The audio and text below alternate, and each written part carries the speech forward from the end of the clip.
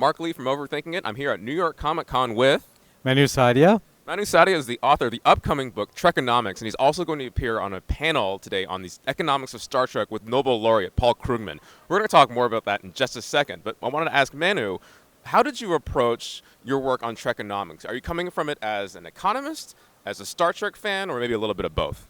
A little bit of both. I studied economic history in the past in another galaxy far, far away, and mostly as a fan, yes. And so let's try to get into this idea of like a post-scarcity economy in Star Trek. What exactly in Star Trek makes that possible? Is it just the replicators? Is it some energy source or something else?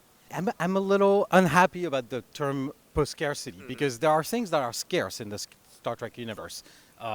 And you could say, a meal at Cisco's restaurant is actually scarce. Not replicable. Exactly. So I would say that this is a society that is endowed with terminal abundance. Now, when you think about our real world and the idea of like automation and hopefully the advances in our technology and our economy should create this sort of similar environment of abundance. Do you see us getting in that way, or is there a lot of what sort of stands in the way of that economy of abundance like we see in Star Trek? I would say, it's not so much a matter of technology than a matter of policy and policy decisions. So is the economics of Star Trek, is it at least partially socialist? I would say that the very notion of private property has sort of dissolved because there's nothing of real value to own. That's really interesting because when I think about economics, I think a lot of people think that there's something intrinsic in human nature, or you can expand that out to human alien nature, that hardwires us to have property and to create markets and trade and want to accumulate goods. Does Star Trek interrogate that? Does it challenge that notion? I would say it does. And you see it in the Ferengis, especially, who, over the course of Deep Space Nine, become pretty much Keynesian social democrats. Brad DeLong, who's on the panel, says that we're actually really bad at economic behavior, we as humans. We're more hardwired, if anything, to cooperate. And the set of behaviors that is determined by the market economy or the capitalist market economy is not necessarily what's hardwired in us. Think about, say, something like Wikipedia. There you engage in sharing and free sharing on the basis of reputation much more than on the basis of profit or utility maximizing behavior. Yeah, it's less the tragedy of the commons and more the miracle of the commons, Yes. if you will.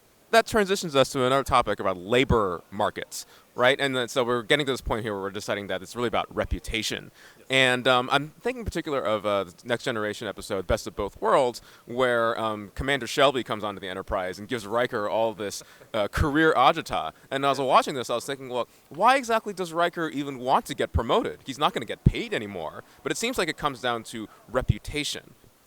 It seems to be that if everything else is available, and you grow up like, as if everybody's won the lottery, and that's been your experience of life and your experience of financial security. That's the Federation.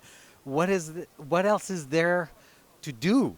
Riker is a very good example because he decides not to get his own ship because he wants to be number two or number one on the best ship, on the flagship, and that's more rep than actually having your own little ship somewhere doing something.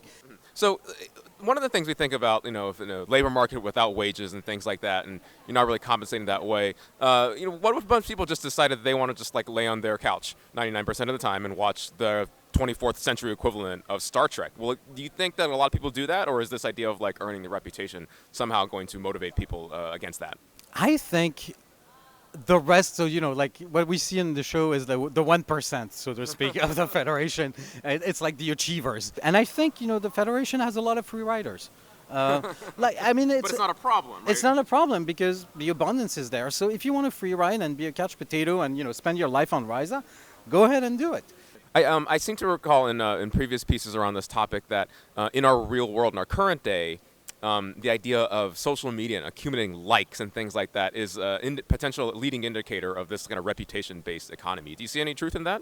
I see that, interestingly enough, at this point, and thanks to the internet and things like the GPS and a lot of these public goods that are, non-rival and non-excludable, as Paul Romer says, because of a lot of these public goods, we are entering a phase where there is a part of activity and a part of economic activity that is that is no longer directed toward pure profiting. And a lot of, I mean, we're at Comic-Con, people cosplay, you know, I mean, it's part of that. We're doing this. This is not a profit-generating enterprise. Exactly. I mean, it's really for, I mean, it's not like, you know, you make money writing books.